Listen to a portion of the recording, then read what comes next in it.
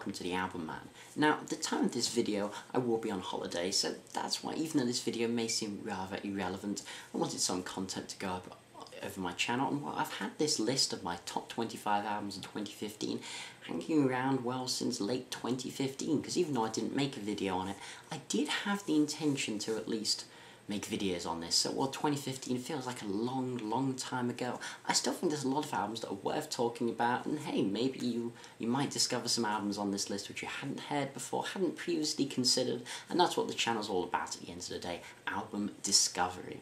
So let's begin at number 25. Believe I'm Going Down by Caterpilliar. Caterpilliar can, I think, easily be surmised as a mix between Tom Petty, Bob Dylan and Bruce Springsteen in one neat package. And Believe I'm Going Down, I think, is a perfect example of that type of sound. It has that Americana, the sort of the monotone, dry vocals, with some fun guitar melodies, and something like Pretty Pimpin, the single from, is easily one of my most listened to songs of 2015. I listened to that song just on repeat over and over again. It's unbelievably catchy.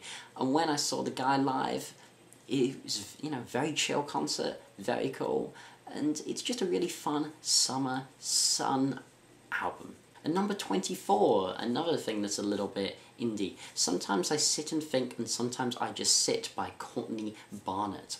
Now this may seem an odd choice for someone like me, this may seem a bit too hipster or the like, but this is just quirky, interesting Australian indie rock, with her deadpan, monotone vocal delivery and her lyrics, which are filled with the small, fascinating little vignettes in Elevator Operator, Depressed, and it's just a really engaging listen. Musically, there's this sort of fuzzier bites to songs like Pedestrian at best, which is my favourite, and sure, there's some slower stuff, more ballady things, but it's her lyrics that I really find engaging. I think she's very witty, very talented, and yeah, I mean, it's not the usual type of rock metal I'd perhaps listen to, but it's certainly rather different, and I can really appreciate that. Okay, and number 23, something a bit more metal. This is Crooked Doors by Royal Thunder, female-fronted stoner metal band, I suppose you call them. It's funny because when I first saw them live, which was the end time I've seen them live, supporting Baroness back on their Yellow and Green tour, I was not too impressed by this band. I'd have one album out, I think, CVI, and I didn't think too much of it. It just seemed middle-of-the-road stoner metal. But this album blew their previous material out of the water. One of the best stoner metal albums of that year. Really cool vibe, super catchy as well. A very accessible metal release. Definitely one worth listening to. At number 22, we venture back into the realms of something a bit quirky, something a bit odd. This is Volnicura by Björk. This is basically a breakup album. It's sad, brutally personal, and absolutely beautiful. It's the orchestration on this, the musical accompaniment, and the lyrical execution are just exemplary. This is possibly the best album of Björk's career. It's easy to write Björk off as just a pop artist, or even just as an art pop artist. But I really think that's to miss something, miss the soulful, just transcendent nature of her music. And a lot of these arrangements sound like Black Lake is an almost 10-minute song. And that's certainly beyond, it goes outside the confines of traditional pop convention. Björk, her voice is certainly an acquired taste, I'll give people that, but don't write her off. I think the latter end of this list is possibly going to make people unsubscribe to my channel, because there's a lot of releases, I suppose, that wouldn't be considered in the rock, metal, prog, blues spectrum I usually cover, but that's because I listen to a lot of types of music. And at number 21, this is a first. For the first time ever in one of my lists, which I've been doing since 2011, there is a hip-hop release. I'm not joking. Death Grips, The Powers That Be, Jenny Death. Yeah, there was a hip-hop release in my top 25. But this album's really great. Now, I don't like hip-hop, but I think Death Grips are easily the best hip-hop artists, since they are the only one I listen to. So what is it I like about this? I love its experimentation. This is progressive in its essence. Progressive music is often just considered around progressive rock and the classic bands from the 70s, and bands who go and mimic that style. But this is more progressive than 95% of the bands who try and be Pink Floyd or Genesis. This is really original music, exceptionally aggressive, and basically metal without the guitars, though the best song on GP does have guitars, and that's why it's one of the best tracks of 2015. You want to stretch yourself a bit, you want something a bit edgy, that's visceral, that's in your face, and you want to get truly noided, then this may be an album you should at least give a cursory listen. At number 20, yes, another indie rock band. I know, what is happening to this channel. This is After by Lady Lamb, and she's been one of my most listened to artists of 2015. I really fell in love with the album before this, entitled Ripely Pine, her certainly her major label debut. And while this is a tamer affair and not quite as impressive as her debut, I still see her as a future indie rock queen.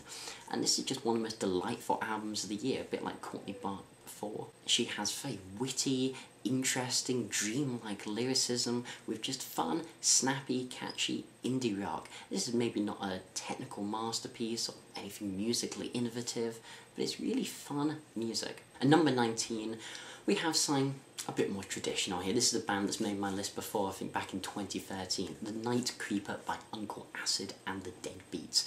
Killer 60s psychedelia mixed with stoner metal. This band has always been Sabbath, really mixed with the Beatles, Magical Mystery Tour and Paranoid smashed together, and I love this band. Night Creeper isn't anything of a particular expansion upon their sound from their previous albums, but it's just another solid, strong record. And number 18, an album that really surprised me that I like so much, but I'm so happy that I did.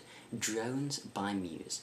Yeah, Muse are in my top 25, and I'm so happy about that. When I was younger, these were one of my favourite bands. Black Holes and Revelations is still an album I love beyond belief, as well as Origin of Symmetry, Absolution. That holy trilogy of albums was fantastic. But I can never forget my crushing disappointment when The Resistance came out. I bought it, I think, pretty much at the time, and wow, after the first couple of tracks, after Uprising, and I can't remember the other one, it just fell off completely. And then with the second law and its dubstep, I thought Muse had lost the plot. But this has really taken them back to their roots, and while not as musically diverse as their classic works, this is a solid rock album, a welcome return to form. And if you like their style of soaring Queen type operatic vocals with interesting textures and guitar sounds, and with overall massive arena rock melodies, then I think you're going to really enjoy this. If you, like me, haven't been listening to Muse for a while, come back to them with this. Okay, here's something a bit heavier. The Plague Within by Paradise Lost. So Paradise Lost, with this album, they decided to return to their death doom roots, because they were originally what's often known as one of the peaceful three.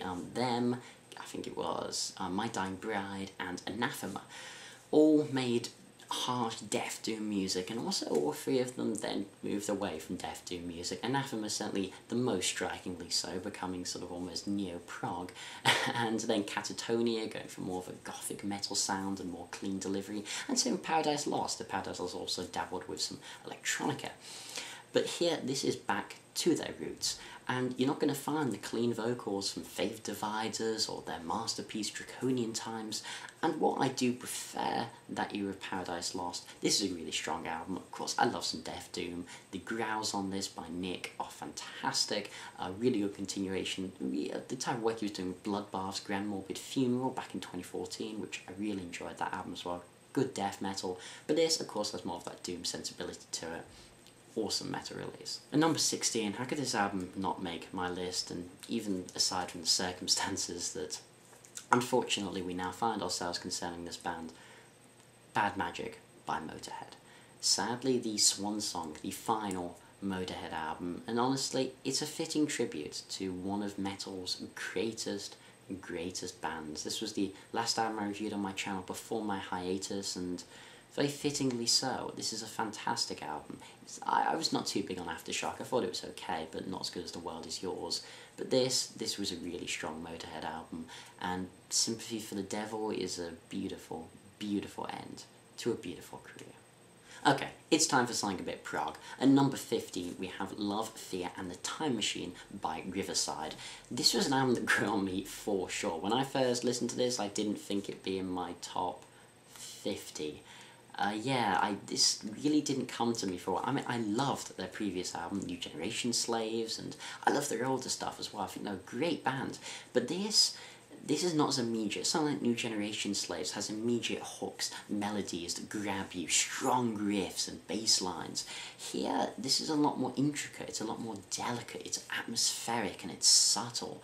And at first, it just didn't do much for me. But after listening to it again and again, I'm starting to really get the atmosphere, and now I think this is a tremendously powerful and well-constructed album. And of course, rest in peace Piotr, the guitarist, who sadly passed away earlier in 2016. And number 14, +4626, Comfort Zone by Beardfish. It may have an odd name, but this is one of my favourite prog releases of the year. This is 70s prog revival at its best, and while the genre can often sound a bit repetitive, maybe more than a bit repetitive at times, looking at you, Big Train, Beardfish, with every album, I think managed to create something that's relatively true to the 70s, but modern and interesting. I mean, you could say Into the Void wasn't that 70s, that was them more going in a prog metal route, but generally, if you take albums like Mammoth or The Sleeping in Traffic Part 1 and 2, and this is really a highlight in their catalogue. It continues the work they're doing, continues to expand their sounds and their horizons. A very strong prog album. At number 13, New Bermuda by Deaf Heaven. No, this is not as good as Sunbather, but was anything really going to be as good as Sunbather? Not much. This is still terrific, and of course some black metal leads say, well, this isn't cult enough, this isn't black metal enough, that it's just hipster black metal, it's black metal for people who don't like black metal. Well, you know what?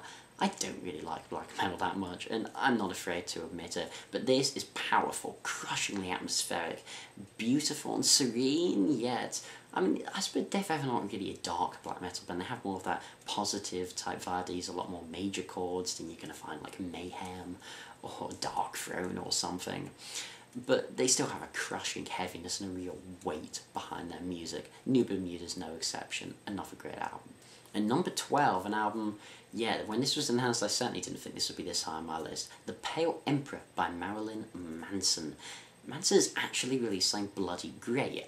I know, that is a bit of a surprise, because ever since Mechanical Animals, he really seems to have been falling flat. Sure, I did enjoy Born Villain at the time, and that was in my top 20 back in 2013, I believe, but it's an album that I don't feel has really stood the test of time, to be honest, and most of his albums since Mechanical Animals haven't, if not all, aside from this one. The difference is that the filmic nature of this album, I did review this when it came out, but this just showed the one thing that we weren't quite sure, that Marilyn Manson actually still gives a shit. And the film's soundtrack-like nature of it, the grandiose feel, really fits Manson. He's in his element and he is back.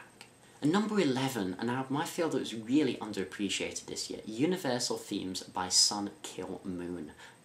This didn't get, I mean, considering the love that Binge got, and as a side note, if you don't know who Sun Kill Moon are, they're the work really of this guy Mark Kozalek, I'm not quite sure how to pronounce his name, and it really is acoustic driven folk music in a way. I mean, it's acoustic guitars, finger-picking patterns, and a vocalist. But what's unique about Mark's and Sun Kill Moon's delivery is the rambling nature of the lyrics, I suppose. They'll often be quite long songs, maybe 6-7 minutes, and there's no sort of metaphor or similes, none of that, you know, the veiled meaning that you're going to find in Bob Dylan.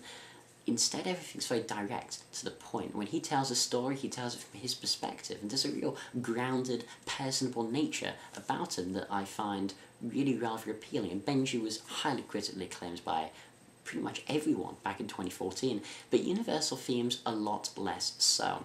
And he's had various spats, like with the guy from War on Drugs, Adam, and he's certainly shown that maybe he's not the greatest guy in the world, and he's not nice, and maybe at times on this record he doesn't come off that well. He comes off a bit churlish, a bit childish. but I love the greater instrumental variety on this album. There's some garage rock thrown in with Mark's classic ramblings, and even though he doesn't come across as the nicest person, I don't think that's that important, to be honest. I find the stories to be engaging, to be intriguing, I find the phrasing to be rather well executed. Look, it's not Benji, but I don't think this is actually that far off. And that concludes the first part of my top 25 albums of 2015. Tune into the next part for my top 10. This has been TheAIbumMan. Thanks for watching, comment, subscribe, and as usual, long live rock and roll.